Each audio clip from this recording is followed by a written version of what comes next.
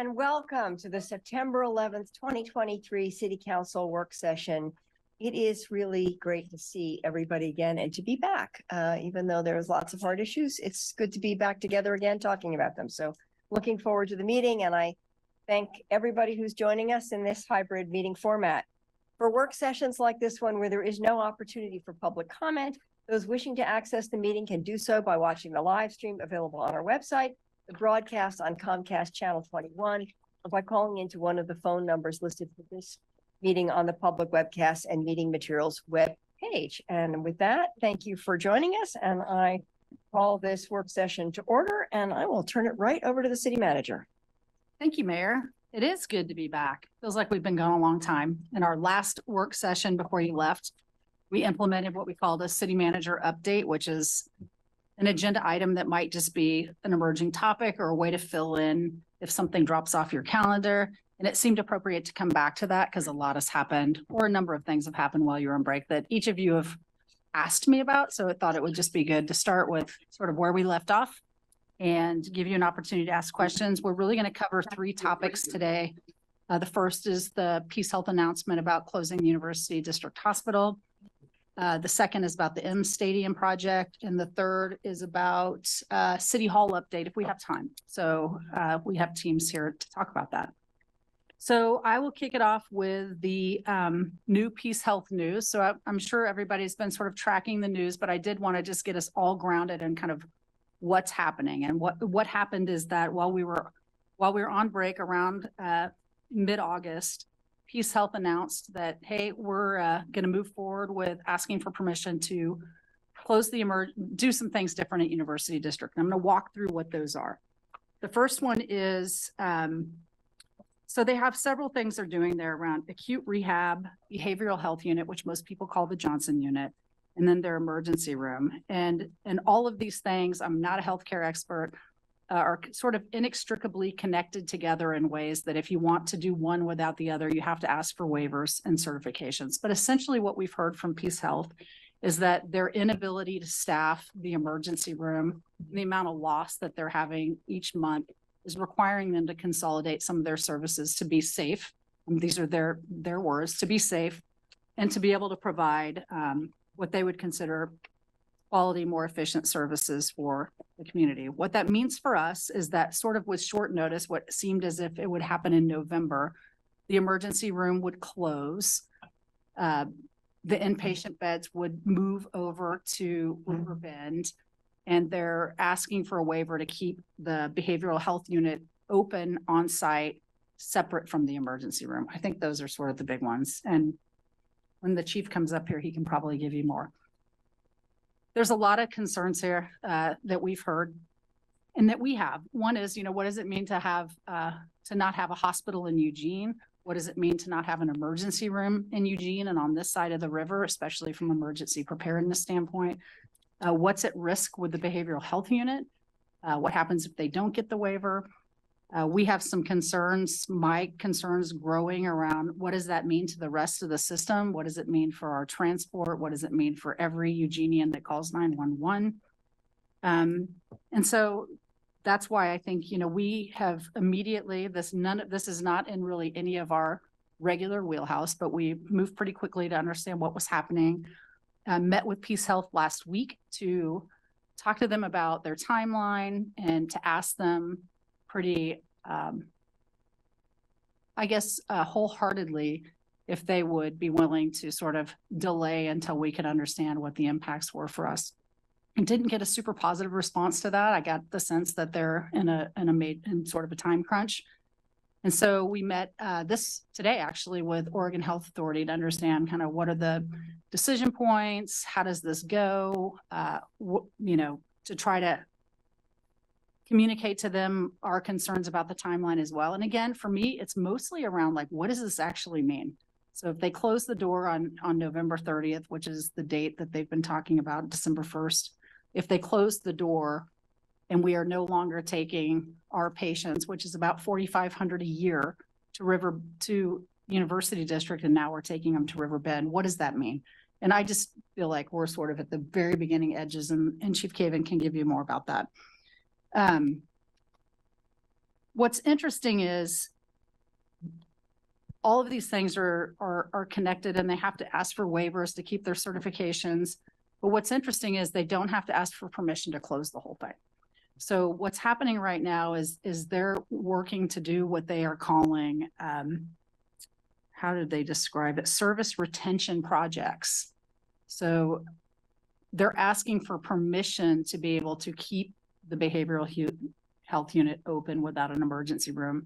And without that, they can just close that. They can close the whole thing. So that's a concern for us. So we are asking for time to understand it, but we also don't want to push so hard that we end up hurting ourselves in the end if they decide to just close the entire hospital.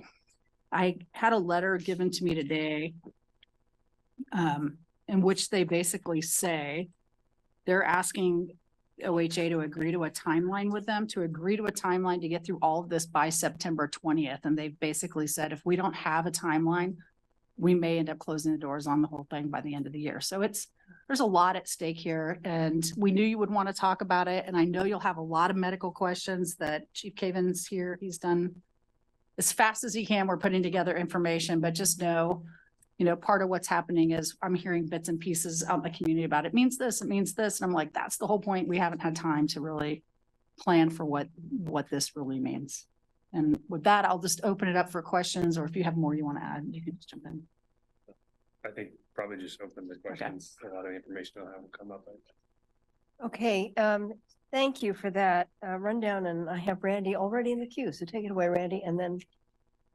Thank you, Mayor, and thank you for bringing this issue to us. I think we're all very concerned about it, obviously. Chief Caven, if they close down the emergency department, but they keep the other services at the hospital, and there's an emergent situation, can you elaborate on what that means for fire and EMS? So a couple of things, right? There's the day-to-day impacts, which, we anticipate a total round trip patient care episode taking about 27 minutes longer when you talk about additional drive time, patient offload time, and then return time for those ambulances back in the city.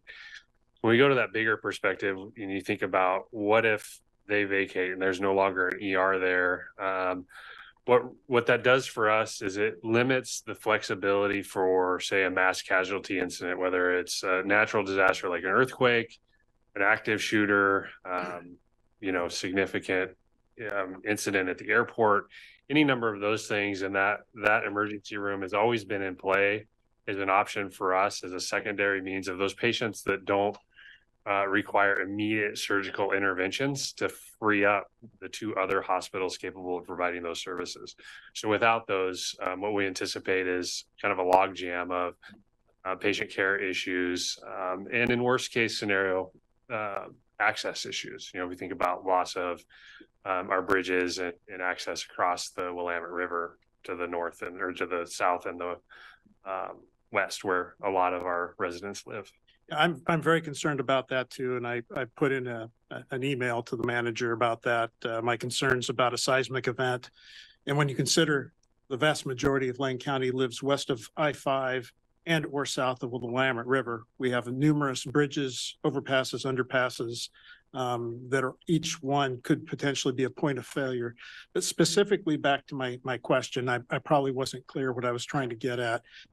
Without an ED at UD, if there's a medical event from a patient in the hospital, isn't that yet another transport we will have to take from UD to Riverbend?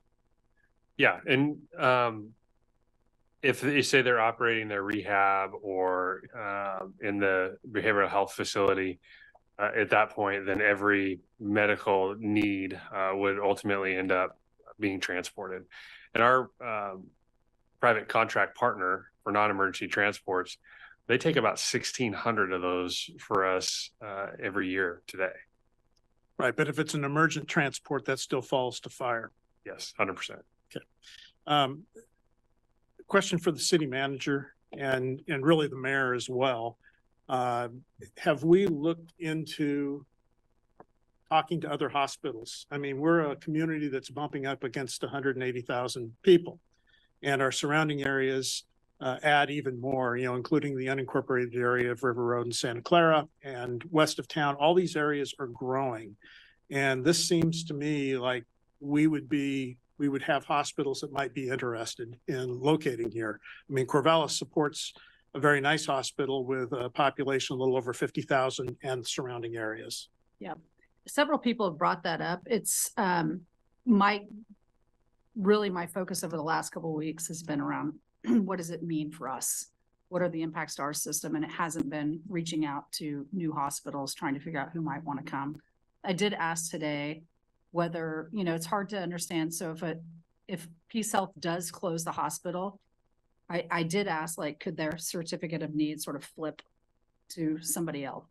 Could that be available? And it was not as simple as that. So I'm it'll sure be a it's not process. simple, but that's why I think it's important we get out in Start making front of progress, this yeah. thing, because it's going to take time. And I mean, sounds like Peace Health can close UD pretty quickly. Yep. And it's going to take a long time to find a suitable replacement and, construct a facility or whatever needs to happen for that. But I'm very concerned having our community with no hospital in our community. And that's something I hope my colleagues take seriously as well, which I'm sure they do. Thank you, Mayor. Okay, thank you. Lindsay, and then Mike, then Ellen. Obviously, this news is super devastating, and I'm generally unwilling to accept that a community of our size would not have an emergency department or fully functional hospital. I agree with a lot of Randy's assessments. I'd like to hear more, if you have it, about the behavioral health unit and how that would operate. I often take clients to that emergency room for behavioral health crisis, and they have on-site behavioral health crisis workers. And so that ED is one of the only places in our whole area that you can get into that service within a couple of hours. So I would like to hear more if we have more information. Well, so the way that it operates, or way it would operate in the event that there's not an emergency room where they're receiving patients from either external partners or EMS, those patients would end up in other, McKinsey Willamette or Peace Health Riverbend to receive, the evaluation required by law from, EMTALA, and make sure they're medically stable. And then that will end up in some type of transport, whether it's EMS based or a secure transport company. So yes, there's still a route in. It just looks a little more complex and lengthy. It's think it'll- already hard. Oh, I'm Yeah, sorry. no, I was just gonna say, Chief Skinner is not here, but some of that would also fall to them in terms of taking people back and forth, because the emergency services would be provided at Riverbend and not at the behavioral health unit right there on site. Have they indicated anything in terms of wait times? I mean, I don't even take anybody to Riverbend because of the wait times. I mean, it just doesn't seem like a plausible solution, and it's hard enough to get people even in my situation, right? These are people who are willingly coming in to the emergency room with some support. In so many ways, this is just so super difficult situation. It seems like a bottom line issue for the hospital. Have they given any kind of indication of financial implications or motivations that would allow them to stay longer or permanently? Not to stay at what, $2 Yeah. million a month and a $200 million seismic upgraded needed for the facility. Those are the two biggest. Yeah, I ever haven't thought of. gotten any sense that they're willing to consider staying. I mean, I just didn't get that feeling. I don't know if others that have essentially met with them have. What they've said is that part of the issue is they're understaffed in both places, and that by consolidating their services, their theory is that it helps with that. There's only a certain number of beds in that one place. Yeah. Do we have any other, when are we gonna hear the next updates, I guess? Yeah, so the meeting with OHA today, what we heard is that they've requested to be able to do all this by December 1st, OHA has not approved that. There's certain regulatory steps they need to go through. And so we asked to be kept in the loop about what they're doing and where they're deciding. And so I think that's the best I can do is we'll continue to plan to understand what the impacts are and how we, and make, you can, potentially talk about that, how we might address some of those gaps without an emergency room here. Yeah. And if there's a good point where it feels like this is good for an update, I can do that. Thank you. Yeah. So for us, I mean, I think what you'll hear probably more than any exciting news from Peace Health is, plans that we're able to put in place, in leveraging the alternative response discussion, and a position that's under recruitment right now. The task for the individual that we hire, was to be learning how to do 911 prevention, alternative transport options, things that don't look like the ER or jail, and really expanding on those. And so, whereas this might fast forward outcomes in that space, we're already kind of had the vision. It's just going to speed things up a little bit, because what we know is, like you said, they're already long wait times. I mean, we've just looking at some of the numbers from August. Our ambulances waited up to an hour 97 times and 28 times up to 2 hours to offload at Riverbend. And same number of beds, same number of people are going to seek care. We anticipate more people will seek care via EMS because there's just not a convenient way to get out there. Lane Transit District has been a great partner in this from day one, and kind of talking about the safety net that public transit and EMS hold for our communities most vulnerable, where a lot of the people that are accessing that facility. They're also the people that we can leverage some alternative solutions in providing care where they are faster. And so, there's a lot of planning to do, but there are a lot of potential outcomes. They don't alleviate the need for there to be a hospital in the system. But for those critical time dependent emergencies, we're not stopping in downtown Eugene anyways. We bypass and go to Riverbend or McKenzie-Willamette. And so it's really about finding the safety net for those in the middle. Thank you for your work, and I feel very confident in you both as a team to have coming up with the solutions. But it's very devastating. And with access to healthcare as bad as it is already in this area, I really, really hate to think of the health implications that this is going to have. So, thank you. Okay, thank you, Mike, and then Alan. Thank you, Mayor. It's a horrible outcome. It's a horrible one. And we've seen something like this probably coming for a lot of years now, since we've had issues related to hospital for a long time. A couple of questions. First one, does leaving a split set of services, some still at UD, lengthen the amount of time that someone else, some other provider might take to get licensed to be able to serve here instead of Peace Health? I don't know the answer to that. I think if there's I don't know the answer to that. We should just stop there. And so does it serve the people of Eugene better if UD has the Johnson unit remain open there as opposed to going over to the other, or do you know that yet? Yeah, I think until there's a plan for how that would be replaced and with a seamless transition, Right. I think we all benefit from having the Johnson unit in place and operating where it is. What's this add to wall time at Riverbend? So in that number I mentioned in addressing Councilor Groves, just on the annual average time, Right. it adds 8 minutes per 4,500 calls for us. And so we're anticipating almost 2,000 hours of decreased ambulance availability as a result.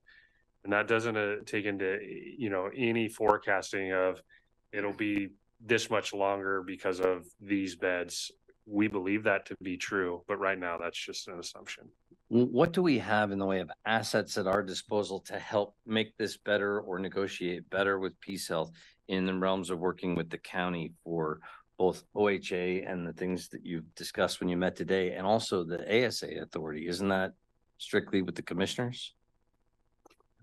Lives So- within the Health Advisory Committee, which serves at their behest. So do they get to say how any of that goes between the ambulances and the hospital? I mean, do they have that kind of authority? I'm talking about that interaction with ASA authority. It's one of the biggest gaps in EMS. We're not alone. Right. In California, it's way worse than even what we're experiencing here. No wall time for us is acceptable in our opinion. We did just in this fiscal year's fees in both of the cities implement a wall time charge. So that we can recoup some bit of that money that Oh, we're nice. spending not having ambulances available. Also to help maybe incentivize solving the problem. But when we look Right. at, let's say the conversation of should we add an ambulance or can we make them add an ambulance? It's a really difficult outcome. But does one more ambulance sitting on the wall serve the community, or through our alternative response work, do we find a way to get an EMT in the emergency room that we can pass Right. patients off to and get ambulances available? Our new EMS supervisor under our redesign has already been doing that, showing up, combining patients under one medic unit so we can get ambulances back out on the street because we're critically low quite frequently. And so there are tools or things we can leverage. The county's been with us and working with the CCOs and setting some things up that we make sure that whatever we're envisioning or pilots that we may try to solve this problem are available and that there are funding streams to help support them. Are there any things that we could be doing differently in our relationship with the county to help make a solution more eminently available from the council perspective, or anything at all? I would say we're working really well with the county on this particular topic, and we invited them to participate in the meeting we had today. So Eve was there, and Matt and Christy have been talking with her and Mike pretty frequently. Yep. So if we have something, we'll let you know. I think to have in support of them, I'll say the letter that Peace Health wrote about the behavioral health unit it makes it really clear that what they're doing right now is still an interim. They're keeping the behavioral health unit open until there is an alternative care model to better serve. And they mentioned that several times. And in their press release, I think they actually talked about that alternative care model Is that a state being Lane County. alternative? I don't know what it is, what they're referring, but it starts to feel like it's somebody that's out in the system that's not them. So that's why I get concerned about them closing it, because there's not an alternative care model right now. They called out in that press release the stabilization center the county's working on, but there's a big unmet need there in helping both capital funding and ongoing operational funding, let alone overall capacity. So there's a lot to sort out on that front for sure. What do you anticipate as updates to council moving forward? Just because I know this is an evolving situation. Will we hear about this once a week, every other week, anything like that? I'd be curious what your interest level is in that. I'm very interested in hearing any developments, especially as it pertains to what are our alternative ways to get people cared for. So if there's, another company somewhere with an interest in being in and, deciding and developing, that'd be good information to know, that sort of thing. Or any way we could perhaps negotiate with Peace Health in a different way, without characterizing that way at all. Okay, Alan. Thank you for being on this, and since it's been announced, and I agree, constant updates, at least weekly, if not more, would be great. I agree it's a horrible outcome for Eugene. Not surprising, more specifically that my concern is about the lack of an ER in Eugene. We really haven't had a hospital in Eugene for quite a long time. My concern is about the extra 6-7 minutes to get to McKenzie-Willamette, or even longer potentially to get to Riverbend, depending where you are. And that alone could be a matter of life or death. And And I'm wondering what's your assessment of that? I mean, not having it, I mean, if you're on the east side of town, you have to get to the campus, but if you have to go all the way to Mackenzie Willamette, across the bridge or to Riverbend, that's another several minutes. That's going to have a pretty big impact. That's my main concern. It will have an impact, right? Time is muscle, time is brain. However, you know, when we think about those truly, you know, time to fit, you're not oxygenating, you're not circulating, those types of things. Our medics are very well skilled, very well equipped, and well trained to intervene in those spaces to where, you know, the few minutes of extra drive time to get to one of those facilities, where not perfectly ideal, you know, is not going to be the difference between life and death. Oh, good. Most of the time. And, you know, it's one of those things where, yeah, it would be fantastic to have a hospital in central Eugene or just partially into West Eugene somewhat. But today, for any of our community members experiencing trauma, stroke, heart attack, significant sepsis, those types of things, we've got them pretty well taken care of. Yeah, actually our EMT folks are great, and actually incorporating that into the equation makes me feel a lot better that they'll be able to sustain life till you get to the emergency room, even if it's a couple more minutes away or several more minutes away. I guess saying that we don't have a hospital in Eugene is, I think from their perspective and a lot of people's perspective, it's a little misleading because there are two hospitals in our community. They just happen to both be in Springfield, which is problematic. It's still within the confines of our community and our UGB. My other concern is that they're across the river, and in the event of a Cascadia event where the bridges collapse, that's a concern of mine. When we were moving the police department to the north side of the river, they assured me that they could get a pontoon bridge up and running very quickly, and that wasn't really an issue, that we'd be able to cross the rivers with emergency vehicles, like military style pontoon bridges. Is that still the case to get to the other side of the river, to get to Riverbend and Mackenzie Willamette? I mean, that would certainly be the medium term solution. When we think about Cascadia, if you could get on the roads. Yeah, we think about the fact that, you know, we as a community are kind of on our own for, you know, at least 72 hours before help arrives in that space. We are fortunate that our reservists locally are an engineering battalion that will serve us well in the event of an incident like that. But we would rely heavily on aircraft and kind of whatever, you know, means necessary to get people over to that facility. And most likely, you know, on the West Coast, we'd be doing a lot of fixed wing transports way out. Just because our infrastructure is going to be challenged. But on the whole West, yeah, we definitely would benefit from a modern, and that's the one thing I would add to what we're being told is, you know, there's a significant backlog up to $200 million of seismic deficiencies in that old facility, and as old as it is, I believe it. You know, so to say, you know, that it would survive the Cascadia event if our bridges fall, that facility is really going to struggle. Where, you know, Mackenzie Willamette's received a recent seismic retrofit. We know Peace Health Riverbend is built to modern standards. So that most extreme equation, you know, it's one that we've got plenty of contingency plans for. But right, yeah, we ran into that with the old city hall. It wasn't going to be standing when the earthquake happened. I guess this is a good example of how broken our medical and our mental health system is. And, you know, in my mind, yet another good reason to have a single payer system. This probably wouldn't happen in that system.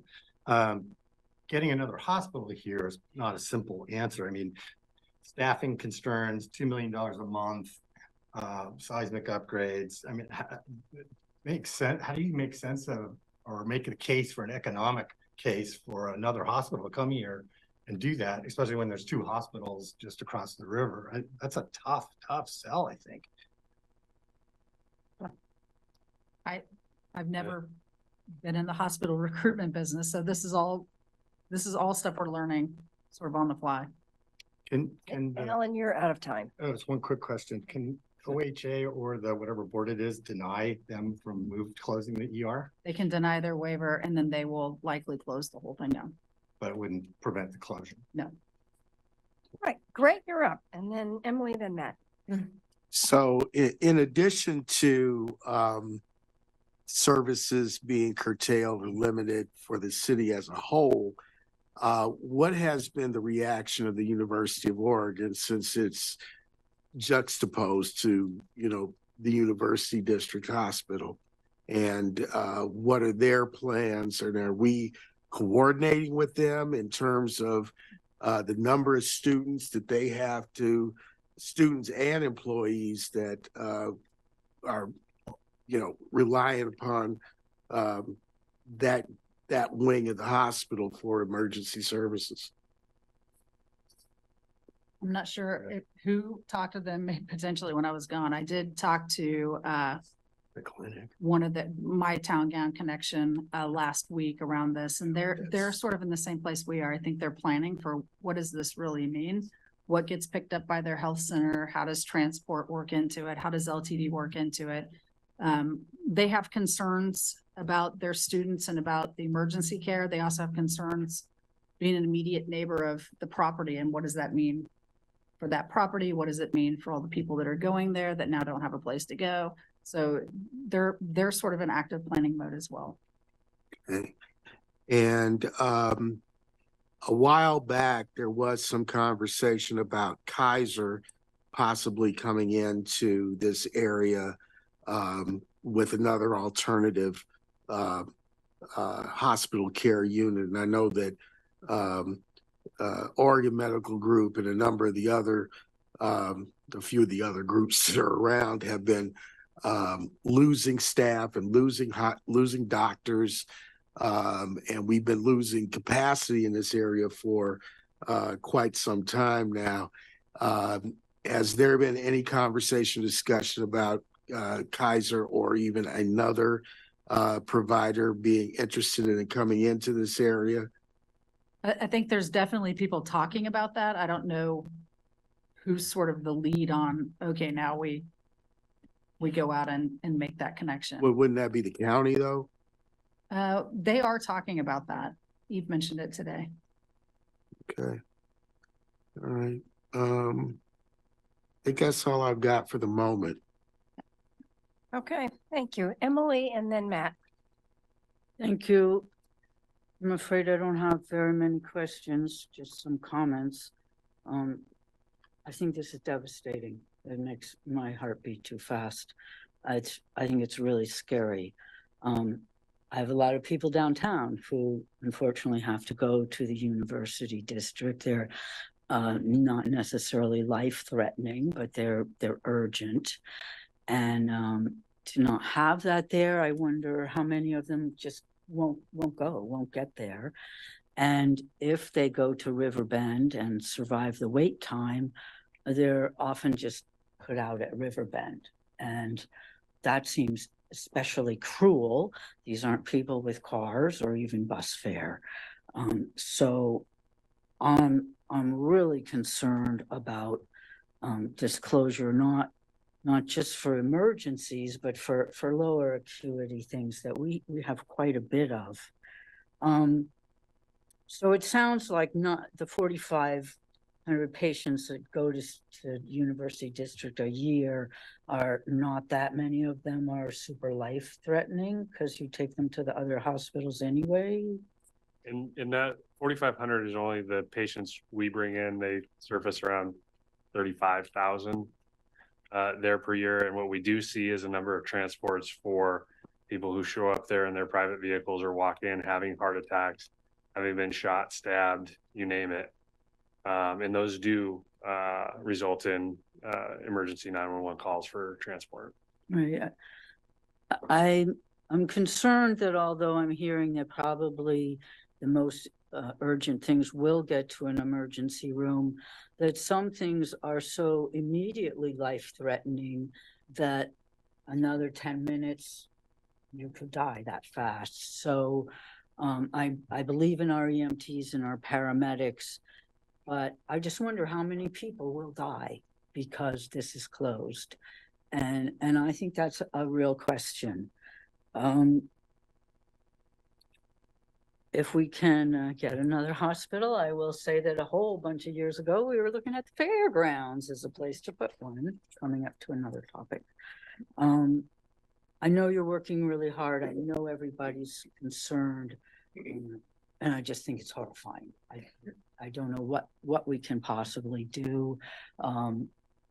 Mackenzie Willamette and Riverbend are already an extra drive. And Riverbend's really filled up. When I had to go there, I had to wait until 5 a.m. from 1 a.m. out in the hallway because they didn't have a bed yet. So I wouldn't have gone to University District, but it shows to me how very full they are. And help. I'm really freaked about it. So thank you for the update, and I'll stay tuned. Hey, Matt. Thanks, Mayor. I agree with everything I've been hearing. Devastating, disastrous, deeply troubling, dangerous decision making. Do we really need another example, as Alan pointed out, of the woes of the for-profit healthcare system? It's rhetorical. I have a couple other rhetoricals. I remember seeing billboards over this last year indicating that Peace Health saw us. The ICU billboards with a picture of a community member. Warm and fuzzies. I see you. We see you. Do they? Rhetorical. Here's not a rhetorical question. In addition to denying waivers, what can OHA do to put the brakes on this decision, if anything, or at the very least, delay the decision? And if there is a delay, is it a 6 month, 9 month, or a year, or are we just buying ourselves days and weeks? I don't know how much time. I think they heard us. I do believe they understand the concerns that are larger than just emergency preparedness, but actually like, what do we do tomorrow? And I don't think they'll just delay it to delay it, but it sounds like there's a number of questions that have to be answered in order for them to grant the waiver. And I don't know if they can do that by December, but my direction to our team will be plan as if it's closing November 30th. I mean, we have to be ready to understand what those impacts are so that if you need to make a decision about something, I don't even know what it is, we have time to get it to you. Part of that contingency, are you including the behavioral health center or behavioral unit? No, I was mostly thinking about The ED. our own system of how we move around the community. But I think thinking about what happens if they close the behavioral health unit, we can plan around that as well. I'm thinking about a recent ride along I did with EPD before my half of the shift ended. There was a woman who had a fentanyl overdose and was taken to UD. About a year ago, during wildfires of early September, I was having some breathing issues. You may remember, Mayor, I called in. I didn't do a video. I wasn't Zooming from the ED, but I called in. But before I did, I went to urgent care on 13th. Said, hey, I'm having some issues in my chest. Hurts to breathe. As soon as they hear chest, they think EKG. And they apparently can't do that. They can't perform that at the urgent care that I went to. So they pointed down the street 2 blocks. You need to go to the emergency room. So I found my way to the emergency room. What happens at all of our, and thankfully I was essentially dehydrated. They put me on oxygen. They ran the EKG and everything turned out fine. I felt a whole heck of a lot better the next day and a little embarrassed that night. But what happens when our community members, whether they're on Willamette, whether they're on 11th, or they're at that urgent care on 13th, and they have an issue where they actually are going to suffer a heart attack and they get pointed to not down 2 blocks, but across the river. What happens then? Those those urgent cares are frequent callers for us. They are equipped with EKGs. I'm not sure what happened in your circumstance, but they frequently utilize them and call us when somebody's experiencing a heart attack. So again, and this is part of our concern, right, is that we're going to see greater use of the 911 system, both justifiably and some just people that don't have another option. And that's going to tax our capacity even further than it is today. My follow-up in the last 10 seconds, what can be done? I suspect it's a federal fix to allow for our urgent cares to take patients in as de facto emergency rooms, if you will. So it's really a change that we were working on, lobbying for legislation during COVID to allow alternative transport options. For us, it means if we drop off, the only place we can drop off and receive reimbursement right now is an emergency room. So federally, we would need a waiver to be able to drop off at an alternative facility like an urgent care. They're fully capable to receive a number of the patients that we would get there. Our other option is to, utilize a voucher system for those who don't need EMS care, but need a transportation solution to one of those facilities. I just caution that a number of those facilities are private for profit, so they don't serve the entire community the way the nonprofit hospital system is required to.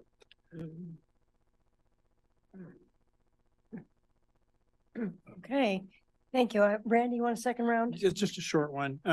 We've talked about, all of us have talked about our concern for the community, and that's kind of where it starts for me.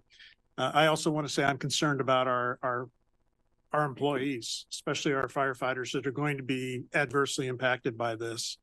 But I also want to call out and say I'm also concerned about our healthcare workers. And has Peace Health said anything about what they are going to do with the employees from UD as they start shutting down? Are they going to absorb them into Riverbend? I know, Mayor, you were at a rally earlier today with the Oregon Nurses Association. I don't know if you have any information, but I'm also concerned about our healthcare workers. We already have a dearth here in our community, and I hate to see people leave this community in that profession, those different professions, and go elsewhere. So is that something we can look into as well? Yeah, I should have mentioned on your first point about our people that we did meet last week with Local 851 leadership, just to hear, for me to hear, tell me your concerns. How does this impact you? What are you forecasting? So I think that relationship is really good, and we can certainly reach out. What I understand from my meeting with Peace Health is that healthcare workers are starting to apply for positions at Riverbend, and I'm certain that they have some sort of pieces in their contracts that allow them and require them to do. So they have to apply to stay employed? I'm going to have to dig into this. I'm really deep into somebody else's business model that I'm not really. I understand. Didn't even stay at a Holiday Inn. I'm not trying to put you on the spot, Sarah, but I mean, this is something that's going to affect a lot of people more than just patients. And I think we need more answers out of Peace Health and what they're doing. The other thing they're saying is that they're understaffed in both places and that this helps. So one would assume based on that they're bringing staffing over. But I don't know that for. That would be the common sense conclusion. I'm not sure that's where we are, though. Okay. Yeah, I will just jump in and say what I heard in terms of sort of statements earlier today from the union is that they have the option of applying. So I don't think it's a smooth pathway. I think they have to apply for those positions. But we're not inside that system. I just want to take a minute to comment on a couple of things. I think the sense that I get about this is a feeling that, Eugene, you're on your own. I mean, that's essentially, and so I guess in your conversations with OHA, was there sort of any indication that there was any way in which they might, beyond what what their obligation is in terms of Peace Health and reviewing the criteria and so on for allowing what Peace Health is requesting. Is there any interest, is there any commitment at the state level to sort of support the city as we try to recalibrate what we need in terms of personnel, in terms of, I mean, is there any movement there? Is that something that we have a pathway to not be simply left kind of shouldering the losses and then figuring it out? I definitely, I share your concern, you know, and usually I sit in the seat and I try really hard to stay neutral and good partner, all of those things. And this is one where I'm like, wow, this does not feel good. It does feel like we're at the mercy of just this decision that they can close the hospital without any sort of requirement to plan around that. For us just doesn't seem right. I did feel like OHA, we met with OHA and staff from the governor's office today. I did feel like they really heard us. I don't know how to translate that Right. to what you're asking for, but I feel like they completely understood that we have a need to plan around this. And I felt there was a lot of compassion, in particular around the behavioral health unit. And what does that mean? Because it's not just an impact to Eugene and Springfield, it's an impact to the probably, you know, much larger region and potentially the state. We just don't have the capacity in this state to handle the number of behavioral health crises that we have. So I'm gonna just have to keep you apprised about what this means day by day. And I think weekly updates either by email or, you know, during my update period, I can certainly do that. Yeah, thank you for that. And I guess I was also interested in Matt's question and Chief, your response around the urgent care, because I guess that's the other question is there a different contractual relationship that we can have with some of those urgent care around some of those, the episode like Matt's episode, or how many of us have used that UD emergency room, you know, kid falls down and breaks his arm and you got to get him somewhere. So I don't know if that's a possibility. It is, and I'll go all the way back to the alternative response discussion. I mean, this is a piece of the heavy lift we're trying to take EMS into its next iteration, to be able to see people where they are, to, you know, Counselor Simple's discussion about the safety net for those who don't have any other tools. LTD's been awesome. We've surfaced that conversation immediately on coming together, on communication, education, like, how do we get people to where they need to go if they don't have another option and the ambulance isn't the best fit? There's space for some different types of providers, transportation resources, those things. So all of those are conversations that I think we're in the middle of, and it's just going to fast forward that conversation of what's it look like to utilize urgent cares better, walk-in clinics better. And for us, the way out there pie in the sky is, how do we deploy providers in the EMS system? So think physician assistant, nurse practitioner, those that can take care of those urgent care level things with us, and also address the need for EPD to make sure that those in custody are checked out and cared for before they get to whatever destination that they see fit. So there's a lot of things are happening really fast, and I think we will start to be able to surface some of those important things going forward. Yeah, I just want to close this out with my gratitude, you in particular, and to the manager. I think that as awful as this is and as stressful, you as a leader and your team, you have done so much work trying to think about alternative systems and respond in an environment in which we don't have enough capacity or funding to do what we really want to do. So, you know, I guess that's the positive side, is that we're farther along on this path in terms of thinking about how do you make more out of what you've got? How do you use your resources better? So I just want to appreciate that how much work you have already done in this world, and it puts us in better shape right now to deal with this crisis. So appreciate that. I would also say, I just want to jump in on that closing statement, because this is not the first time that we have been dropped with an emergency crisis in our history of the city, in particular, hearkening back to when we lost our ambulance providers and turned around and feels like you started providing it the next day. It was very fast. We have Same the day. right person right here at the table to lead this, incredibly creative, lots of ideas, and has already been going down this path. And we were just hoping you'd never have to get here all the way so fast.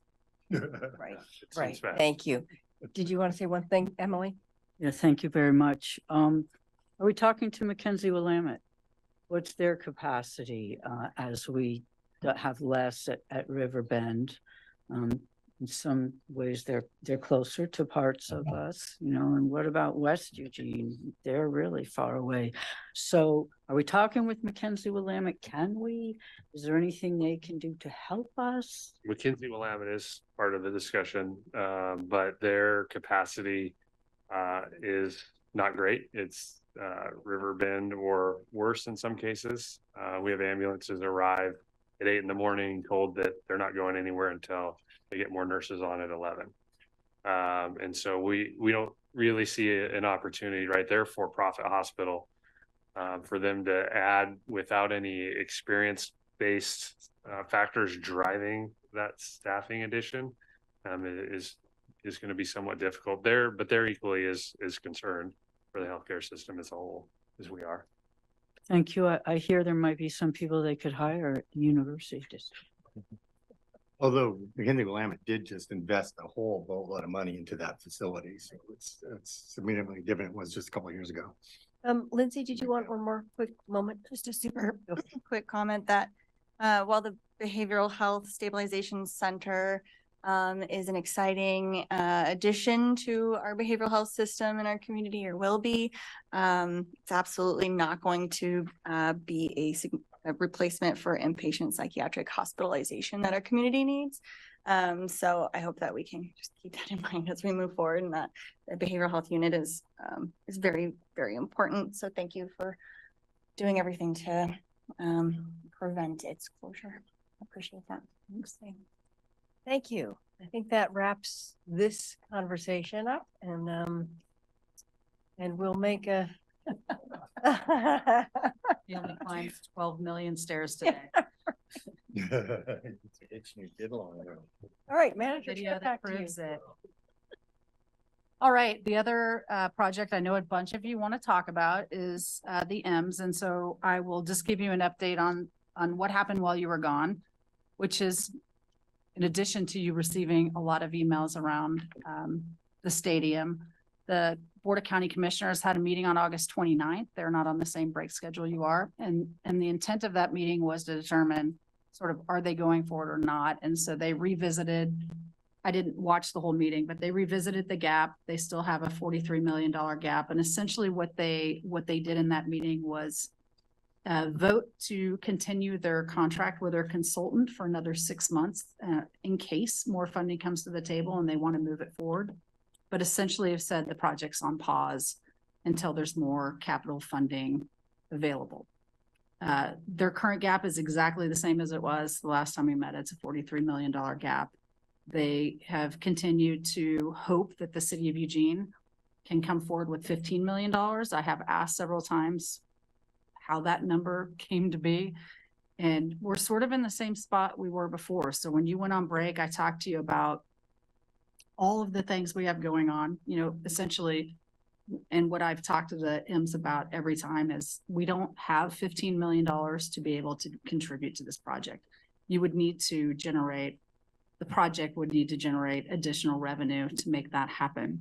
I walked through a bunch of things that I had heard about from folks. So one of the things we've talked about from day one is, hey, when they get more clear about what the project is, and so a little bit more detail around the design and the cost of construction, we'll understand better two things. One, what are the system development charges associated with that and the building permit type fees that are associated with that, and how much of that project is potentially increasing property taxes, or is it staying the same? Because if it's increasing, which is what we have assumed, then you will have the ability to do something like you've done in the past with the VA clinic and the other Midtown Arts Center, where you essentially finance that. We waived the SDCs and then you paid it back over time.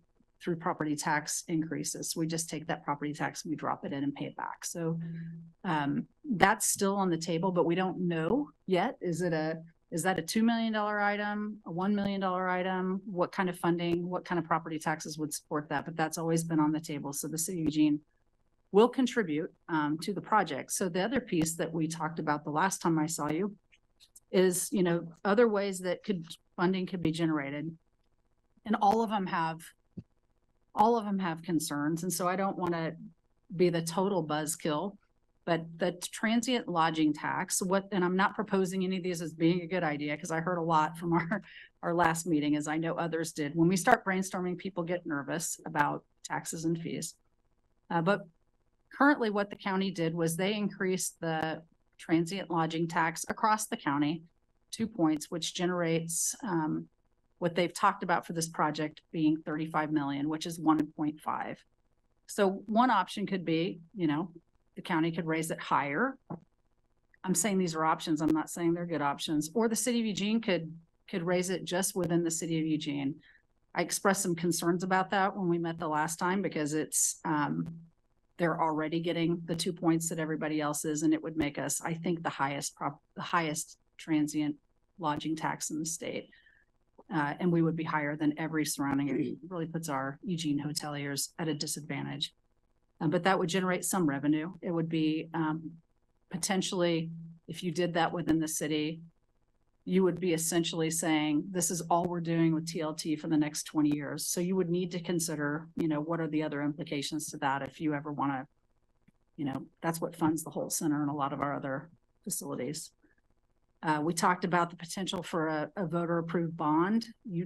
Everybody expressed some support. If there was a countywide bond, you would support that. I don't get the sense the county is interested in doing that, so it would have to be a citywide. At least I haven't heard that.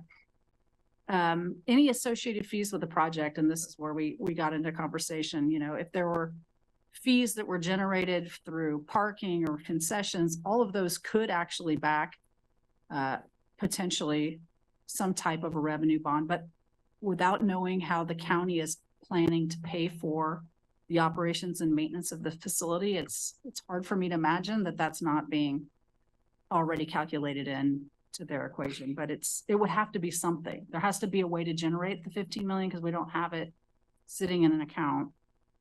We also talked about all of these were ideas that came forward, the possibility of selling land. And I know there's been different ideas floated about that. We started looking at, I'll just say we've looked at land a couple of different times, our vacant land over the last 5 to 6 years. The first was when we were trying to identify potential locations for rest stops. We have a pretty good inventory of like, what is all the vacant land that's possible. We started taking a little deeper look at, are there lands we could potentially sell as we've been digging ourselves out of this budget issue we're in, and knowing that we have a $4 million debt to eWeb that we'll need to pay off on City Hall. We've considered like, oh, is there potentially a land sale that gets us there? So we have been doing a little bit of work on that. Every piece of land we own would need to be evaluated at a lot more depth before we could say, hey, here's one you could surplus. Each one of those have different ways we purchase them. So if they were purchased with grant funds, bond funds, if they were donated to the city, each one of those has different restrictions. It's not that there's not a path. We just would need to figure out what it is. But even at a high level look, we're talking about, if we were just looking at sort of the vacant remnant sort of pieces, maybe you're in a couple million. You're definitely not getting anywhere close to 15. One idea we had floated earlier was, do you want to ask the revenue team to look at this? You know, they're going to be looking at we have an $8 to $10 million gap that we need to fill this year that they're potentially will be looking at, as opposed, in addition to some of the other projects that you've already brought up, including new fire station, 4th floor of the library, City Hall repayment, resilient fleet facility. There's just, the list sort of goes on. So I wish that I was talking to a couple of folks earlier today about having a long reputation with the city of being a problem solver and and getting super creative to figure it out. And this is one that's just really difficult to figure out in the financial situation we're in. And it's painful because I'm a fan, I'm an EMS fan. And it feels like from the communications that we're being put in a place of not being that. And I don't think that's true. It's what do you do when you're super supportive, but you don't actually have the means to do it? So I wanted to give you an opportunity to ask questions, make comments, and if there's something else you want me to be moving forward on or bringing back to you, it'd be really great to know that too. Okay, thank you. Mike? Thank you. Yeah. There are a lot of important problems on the table these days that the community cares quite a lot about. It feels kind of silly almost to me to have a conversation about the M's, even though I want to, and I have some questions, when in the face of the hospital dilemma that we have. It's kind of strange. It seems like a lower priority to me, but it's the problem that's on the table right now. So is there anything that you heard from the county in their discussion about this the other day that will bring this back to the table, to their table, prior to the deadline that the M's have at the end of this month? I think it's going to have to be that they've identified the gap, the funding gap. And I think if they identified a big chunk of that, I think the county would probably be open to having another work session on it. My sense is they've done what they can do and they need others. That I'm again using their language. If anybody over here has a different perspective on this, feel free to come on up and hang out. Yeah. I also have another question. It's interesting. I never did hear of the M's. I mean, I don't remember the M's making a presentation to council at all about their plan or what they wanted or needed. Did they make that presentation to the county and the county spoke with us? The reason I'm asking is I'm getting a lot of questions from people about, well, how come you're not working with them and working with the county? And I don't remember anybody ever coming to us and asking formally. So you've had, other than Alan coming to the forum, Right. and bringing that up, they got, I think early on, we met with them, staff met with them to talk about, what we met with them really early on to help them develop a list of properties where they might consider. Then we met after they chose Lane County and they kind of got into those conversations. We met with them to talk about SDC costs and building permit costs and just sort of. So staff's been meeting with them and they made a formal application of some nature to. They have not made a formal application. They've just talked to us about the need. So when they had the $43 million gap, they definitely came and said, we need $15 million. They have not made that presentation to you. Mm-hmm. I brought that to you. Said, right. Are there any other parties other than the county with which we might work together to resolve this situation? Do you have ideas about that? I do, but I don't know how much I want to talk about it here. Yeah, I mean, I think public, yeah. at this point, is the university amenable to us to I working don't out? know the answer to that. Okay. What I've heard is I've heard lots of different stories. We're trying to fact verify, is it even possible? I've heard a lot of people out in the community saying, hey, couldn't it really work? Wouldn't it be better? Can't we make it work?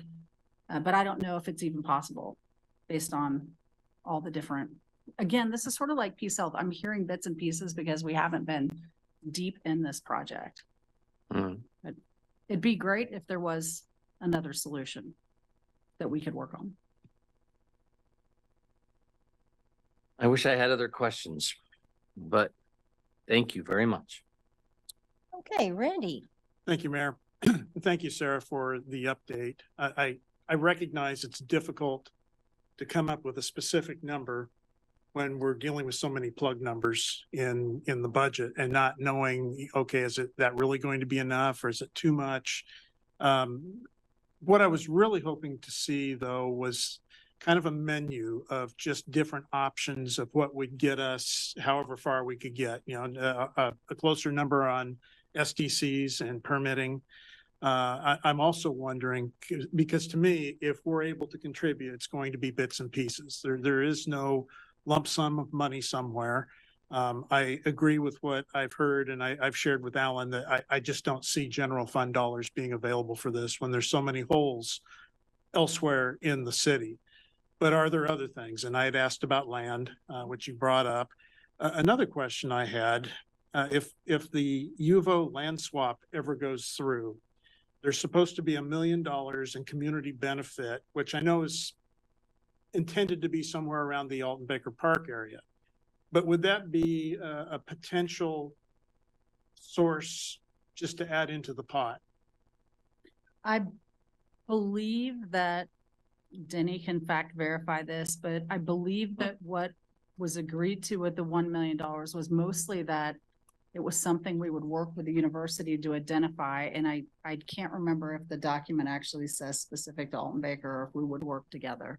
We could explore that. I mean, it just seems, with a good partner in the U of O and trying to find solutions, and they need the M's out of their stadium under current configuration. Is that, I mean, because that's not small dollars. I mean, $1 million is $1 million, and it is community benefit. I obviously would like to find a way to help. I don't know that we can do 15 million, but what can we do? Mhm. And what can we do to try and keep an organization that's been in our community for 70 years and contributes greatly to the quality of life here year round in their philanthropy work and helping with youth and just different issues that come up that I think a lot of people are completely unaware of, but they do good work here. So, and then I certainly like the fact that it's family friendly entertainment at a reasonable price. And there's not much of that these days anywhere. And so that's, of course, if we start tacking on a bunch of things, that stops being affordable pretty quickly if we're having to pay for everything out of ticket sales. But I still long for a list of just 500,000 here, 2 million there, and just see what we could come up with. Thank you, Mayor. Okay, Alan and then Matt. Yeah, thanks for the update. I love the M's too. I've been a big supporter and they've been here a very long time, part of the community. I agree that the stadium seems to be a lower priority given all the needs that we find ourselves in with homelessness and climate and fire station and a budget gap, and all taking a higher priority. And even if we did come up with $15 million, there's still $30 million left or so that without really a concrete plan that I've seen at all of how to raise that money or what the fundraising plan would be. And that seems like a very difficult thing to do to close that gap. And then the lack of information, we asked a bunch of questions last time that you weren't able to find out about, but the lack of information about the plan, about the cost estimates and where they came from and how they get there and what caused the increase and that there's really no operational business plan for this facility gives me a lot of pause and a lot of concerns about moving forward with it. It's really been a Lane County project so far. Totally willing to work with anybody that wants to step forward, U of O, whoever. And I've said my support for a citywide bond, voter-approved bond. I think will probably pass. I'm not sure it gets to 43 million, but 15 million probably. And we don't have very good revenue options. So I think that it puts us in a really difficult position. And let me just be clear about selling land for the M Stadium. And let me be perfectly clear about the back nine of the Laurelwood Golf Course. I think one, it is a bad idea to sell off open space and parklands anytime. And secondly, I want to give people assurance that I will make it my business to make this a very difficult and time-consuming process to do that. And up to and including lawsuits, whatever it takes. I don't think that is absolutely a good idea in any stretch of the imagination. So I think it's just not a viable option. So I just want people to be clear about where I stood on that. Okay, thank you. Matt? Thanks, Mayor. Full disclosure, I provided and hope to continue to provide guest announcing and backup public address announcing for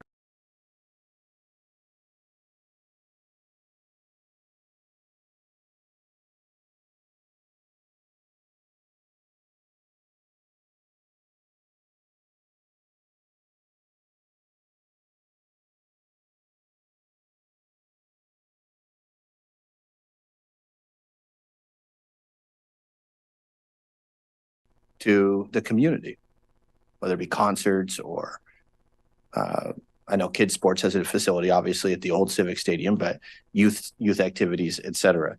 I'm wondering, just recently in this last calendar year, we passed a significant infusion to the tune of $50 million for urban renewal.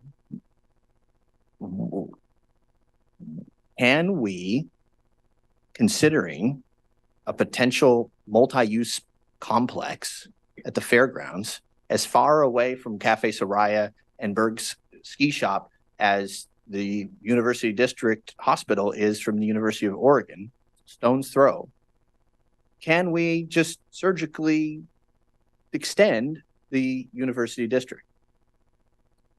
Are you talking about the downtown urban? For urban renewal, actually extend the downtown urban renewal out 13th. You talked about this Right. as a council. and It's 50. You Mhm. gotta go Yeah. all the way. You did consider this and didn't sort of move forward with that. So, could you reopen the plan and do that? Technically, probably you could reopen the plan and figure out how to do it. It would, there's a whole lot of other stuff that would come with that, but that or creating a different urban renewal district, though it wouldn't have the capacity, I think. I'm just trying to give you an honest answer about technically, could you do it? Probably. Could you do it and fall within your housing and all the priorities you put around downtown? It would be hard to say this connects to that, but We didn't earmark all those dollars if memory serves them. That's why I bring it up. So you'd have to the spirit reopen, of, right? go ahead, Sarah. It'd be a new plan amendment because the map boundary is already, You would have to extend the map boundary and you have to, I mean, along with that, and unfortunately Lauren's not here because she's our expert, but I mean, you always have to make findings of blight and you always have to make, and so it's not simply an exercise of redrawing the boundary. There's actually requirements of findings and all of those things. So that's why could we? Maybe. It's not definitely a yes, not definitely a no. But it's more complicated than just reopening the plan and redrawing. Okay, thank you. Helpful. And I mean, no disrespect, but it wouldn't be hard to find examples of blight in a dilapidated area that is in and around the current fairgrounds. It needs an infusion of energy, to be sure. It's not going to get us, that would be a significant step. Specialty license plates with Sluggo, I would certainly get that specialty plate. Current and former major league ball players who have a connection to the Eugene Emeralds over their storied time, 7 decades plus here in Eugene. What philanthropic entities can step up? And finally, well, I will say this. One of the I do think that it can and should be a charge of the revenue team, but I appreciated the associated fees with the project because I haven't seen that laid out, whether it be concessions or tickets. And it's my understanding that the M's are willing to bump up that ticket price to help pay off whatever debt is accrued. Look, I thank you for the conversation. I know it's tough. I want to find the way to do it because they're a gem in our community. Okay, thank you. I just wanted to sort of chime in on one thing, which is that the timeline is quite challenging. So, urban renewal probably not really doable, but certainly within the sort of framework of what the M's are looking at in terms of Major League Baseball and when they have to do something. I don't even know if we wanted to pass a bond, how quickly where would we get that? You know, we couldn't move. We've missed our moment. We couldn't really move fast enough on that. So I think, you know, looking at, I think the list of over time, if we get more information about what those SDCs might amount to, you know, some information around the land swap and the $1 million. I mean, there's a little package there that feels like maybe it's $3 or $4 million, and you know, maybe that's the. I mean, I'm happy to put that step forward. I am really interested in whether there's a, you know, potential to go back and look at PK Park, but you know, there's no reason to assume that's going to work. They've been kind of been there, done that. So, yeah, Emily.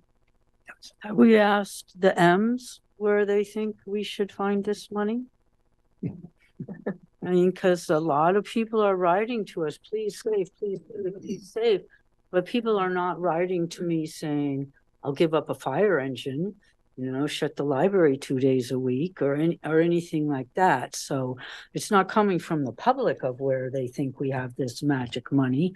Do we know what the M's think about where we should find this? Because that could be helpful.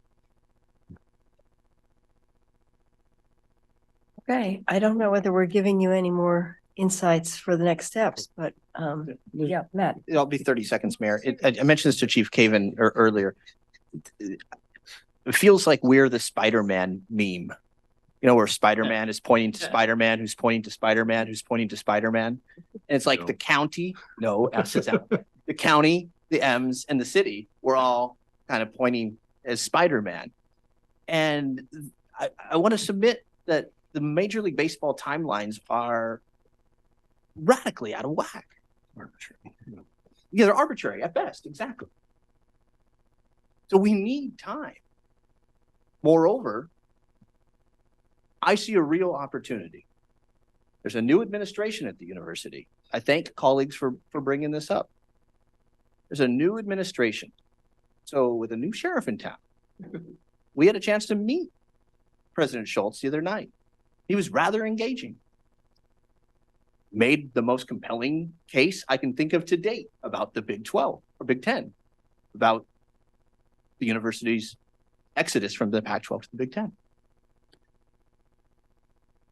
I call on the university and Eugene Emeralds to get creative, because we're in this endless Spider-Man meme loop. And yeah, we could get there, and yeah, it could be painful. And I don't think anyone at this table has the will, or anyone at this table sees it as a palatable solution by any stretch of the imagination to chip into our general fund and cut critical services. That's obviously not on the table. So in thinking creatively, I call on us to go well beyond this existing Spider-Man meme. Thank you. Okay, thank you. Any other, Randy? I've asked for this a couple of times. I don't know if you need a motion or what, but how hard would it be just to come to us with a list? Put the million from the U of O land swap in there, just some of those things, just so we can get an idea of scope and magnitude and what's there. As far as shutting down a fire engine for this, that's my die on the hill. That isn't And gonna mine happen. too. Everybody. So anyway, that's So I think the part that I'm struggling with, it's not the making of a list. It's, does the council want to see a list of, hey, bring us back and a way we could potentially raise X number of $1 million, period, or we want a list specific for the M's? I'd like to see just a general list. Okay. And don't use general fund dollars, because I just don't see us having any general fund for anything. And I don't know, just a straw poll of my colleagues here, just so we've got something a little more concrete to look at. Look at head nods. I'm looking for. Want to see that. I don't know if there's a Question. yeah, Greg. Yeah, just a quick question, and I know that this has been brought up before, but is there a business plan that exists for this stadium somewhere? I mean, if that, I assume that they had to bring something to the county. Yeah, sure. I don't,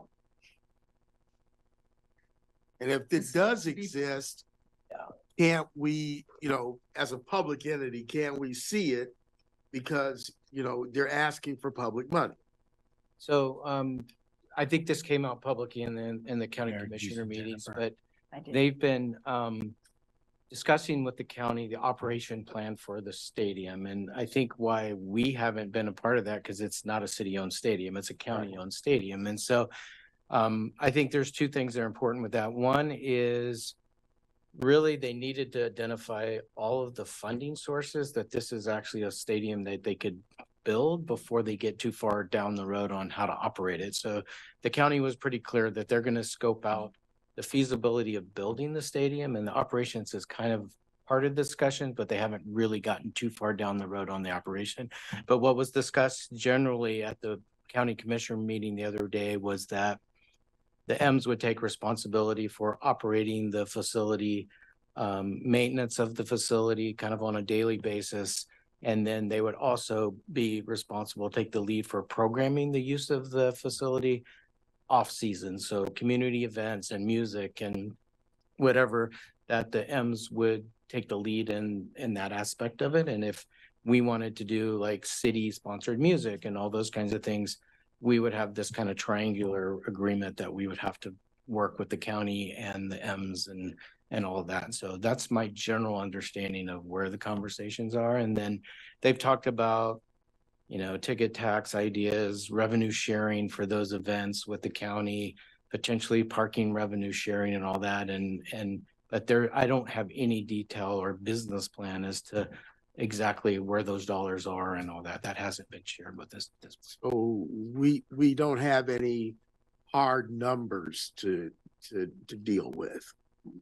That's one of my concerns is we need to know, as numbers have changed over time.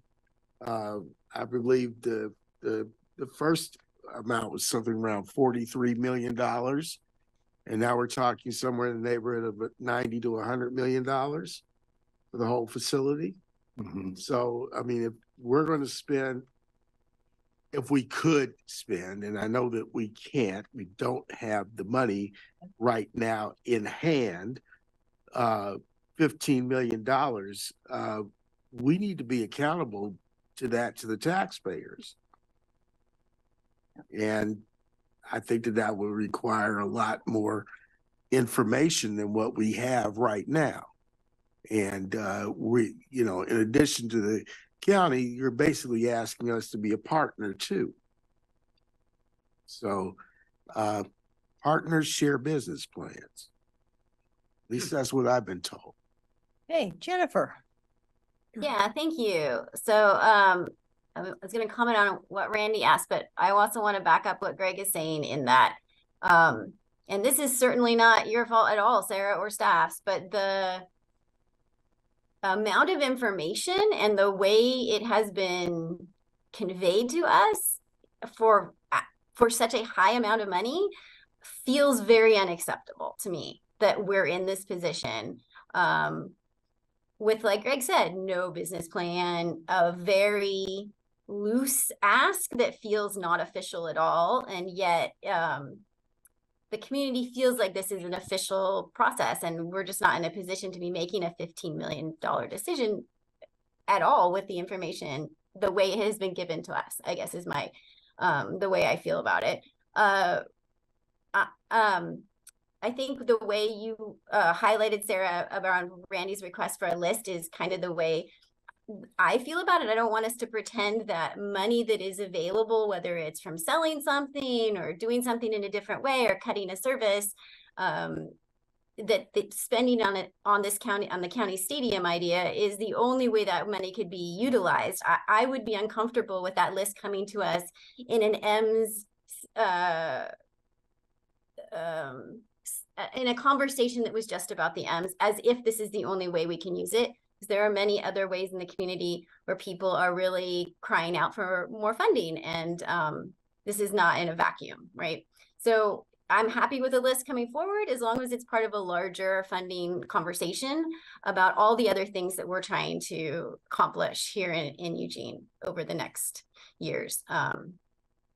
Otherwise, I'm happy to have that conversation. Okay, thank you. I have Emily and then Alan. Thank you, Jennifer. That's my concern too. We've got to find $8 million. If we can find 3 for the M's, what are we not giving that $3 million to? I mean, I like the idea of a stadium, although I'll be able to hear it from my house. But if we can find money, we have needs for that money. So sure, let's make a list of where we have any money, although I thought we didn't. And revenue team could look at that list. But I just don't see where we're going to get $50 million of extra money. Alan. Yeah, I was gonna reiterate the same context of that list needs to be in the bigger discussion about all the needs that we have that I listed off earlier. Besides the $8 million budget deficit we have on an ongoing basis, have we got a plan to come up with the last $4 million that we have to pay for the city hall that we just bought and closed on? No, not totally. So we have a little bit of time, and this Yeah, one we have- of them We was have several. potentially when we were first talking about it is, you know, we're either setting aside dollars every year or we're potentially selling some of these remnant properties, which is why we started exploring them. And then sort of the idea of couldn't we sell land for this project came up. You ultimately get to make the policy decision around how we do that. I'll be in the uncomfortable place of saying as your, you know, sort of chief administrative officer, financial steward, here's where I think you should best spend that. But that was part of the plan. Yeah, right, exactly. And that is an obligation we are already signed on to. We have to do that one. You know, that's primary on my mind as well. So I just want to close this and make sure I'm clear about what council is asking. So Randy has asked for a sort of M specific list. One of the things that you offered to No, I council, said general list. general list. Yeah. Okay, so this could fold into the revenue committee conversation then. It could, and that, I mean, my recommendation to you would be that we fold it in. I know that there's been a timeline concern with that, but it's essentially the same conversation. What are the things you're trying to get accomplished? What are the holes we're trying to fill? And what are the possibilities and the tools you have to do that? And if you pull this out in front of those, I'll have to be constantly saying, don't forget this other stuff. Right. And Right, okay, so I'm seeing head nods around that revenue conversation. Yeah, Greg. So what is the absolute drop dead date for Major League Baseball for us to?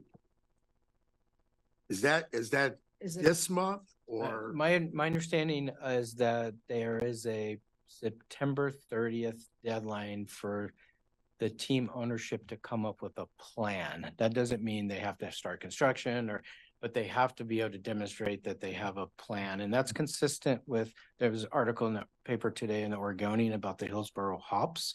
They also have a gap. That September 30th date was referenced for the Hops as well. So I think there's consistency that communities need to have a plan by September 30th. That's my understanding of how that would go. The community or the team? The team, I'm sorry, the team, yeah. Okay, let's be clear about that. Not us. Sorry. It's the team, yes. Do you have another Just a comment? quick comment. Yeah, Lindsay, go. It for was my understanding that the county kind of took a pause, a 6-month pause. What's the timeline for our revenue committee? Has that started? yeah. So our internal team is currently doing a lot of research to sort of figure out, do a lot of the back work before we bring a committee together. My intent was to come back to council towards the end of September, first part of October with here's what we've learned so far and here's our plan going forward. So you have one last kind of thumbs up, thumbs down. I think it needs to be wrapped in, like many of the other counselors have said, we have a lot of different gaps to identify funding for. And so if there's something beyond that we can do, great. Otherwise, I mean, there's a lot of work to be done. Thank you. Matt. Yeah, I would quick clarify. clarifying question. This might be a better question for Alan, but are we past the point of no return for the location? You know, let's say is it fairgrounds, PK Park, or bust? And if we can't expand the urban renewal district, are there options wherein the county continues at that same level of investment, but within an urban renewal district, like the riverfront, like by the steam plant? Is there a third viable option, or are we past the point of no return for location? Like So Valley River Center, great. appreciate, so I'll say that I think as long as they have a plan and that plan is a different location and they have a way to fund it, my guess is that it's not beyond the point of return. I'll say this, and I'm glad you brought it up. If they had taken a different fork in this road, and you and I talked about this, and let's just say they ended up saying, hey, we want to be out at Golden Gardens Park, we'd be exactly in the same spot we are, because they would have picked that location. We would have only had the authority to raise the citywide TLT, which is about half, 50% of the countywide. We would have had to ask the county, would they be willing to extend it across the county? And if they said yes to that, we'd be 100% exactly where we are. We'd have a $43 million gap. We would have donated the land. We would have jointly donated TLT across the county, and they would be short. And we'd all be looking at each other saying, the county doesn't have the ability to dig into their general fund either. So the idea, what you threw as a wrinkle in there is if they said, hey, we're going to go to the downtown riverfront and take all that open space and build it, and there's a funding stream. I hadn't even played through that and what that would mean to our agreement with Atkins and Dame and all of that. And generally doesn't fit. A baseball stadium actually takes a lot of space, and we took the PK Park basically and dropped it all over the city to see where it would actually fit when we started working with the M's. And I think we narrowed it down to maybe 20 or 25 different. Valley River was on there. The river, I mean, we looked at riverfront area, Alton Baker Park area. I mean, we looked a lot of places, and they ended up with the county. And I'll just add that the stadium cost is not necessarily driven by location. So if you move it, it's probably still a $90 million, but and it's because of the Major League Baseball requirements for the stadium. And that's why we're all here. That's why Hillsboro's in the same position we are. It's why stadiums across the country are having to put millions of dollars to upgrade their stadiums. And it's a whole bunch of new specifications about, you know, food for training, cafeteria facilities, weight training, you know, locker rooms, I mean, lighting. There's all these requirements that have really driven the cost of these stadiums up across the country. We're in a unique situation because of the shared stadium with the university. We don't have an existing M stadium that they could just put 20 or $30 million into bringing it up to the standard. They're kind of required to build new, which makes it a $90 million kind of proposal instead of our $20 or $30 million proposal. So Major League Baseball has pretty much put this on the M's and us, and we're in a corner, and it's a really, really difficult position to be in. Okay. Thank you. I think, oh, Alan. Yeah, that was more actually, coming. I think Yeah. you answered my question, which is can they scale us back to the money available? Apparently not, because it's Major League Baseball's requirements that are there. Then to do that, they have to move the livestock barn. And so that's another $10 million, which seems like an awful lot of money to move a pole barn, even if it's a big one. But so that's not really an option either. Okay, thank you very much for those updates. And I think with that, we are adjourned. I'll see you all at 7:30.